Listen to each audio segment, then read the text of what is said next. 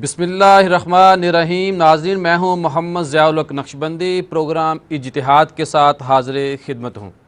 ناظرین، ہم نے شروع میں آپ سے کہا تھا کہ اس سال ہم اتحاد کے موضوع کو لے کر چلیں گے، لیکن ہمارا جو مین فوکس ہے وہ ریاست مدینہ ہوگی۔ جب گورنمنٹ نے اپنے منہ سے یہ کہا ہے کہ ہم پاکستان کو ریاست مدینہ بنانا چاہتے ہیں، تو ہمارا بھی یہ فریضہ بنتا ہے کہ آگے بڑھیں اور ان کی رہنمائی کریں اور ایسے علماء اکرام کو اکٹھا کریں جو لوگوں کو بتائیں، سوسائٹی کو بتائیں، گورنمنٹ کو بتائیں کہ ریاست مدینہ جب بنی تھی تو اس کے یہ فائدے تھے، یہ نظام بنا تھا۔ بہت ساری اہم باتیں ہیں۔ انشاءاللہ آپ کو ایک ایسا پروگرام سننے کو، دیکھنے کو ملنے جا رہا ہے جو شاید آپ کو اس سے پہلے نہ ملا ہو، کہ اسلام میں ریاست مدینہ میں جو بلدیاتی شہری نظام ہے وہ کیا تھا۔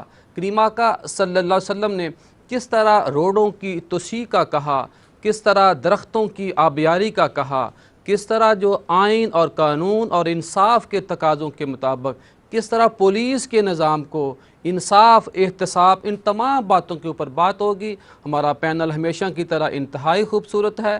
ہمارے ساتھ موجود ہیں ڈاکٹر محمد اشرف آصف جلالی صاحب، آپ تحریک لبیک اسلام پاکستان کے بانی ہیں، چیئرمین ہیں، اور ادارہ صراط مستقیم پاکستان کے بانی چیئرمین ہیں۔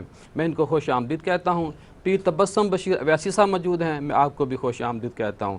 ہماری دوسری طرف موجود ہیں ڈاکٹر طاہر رضا بخاری صاحب، میں آپ کی خدمت میں سلام بھی پیش کرتا ہوں اور شکریہ بھی ادا کرتا ہوں۔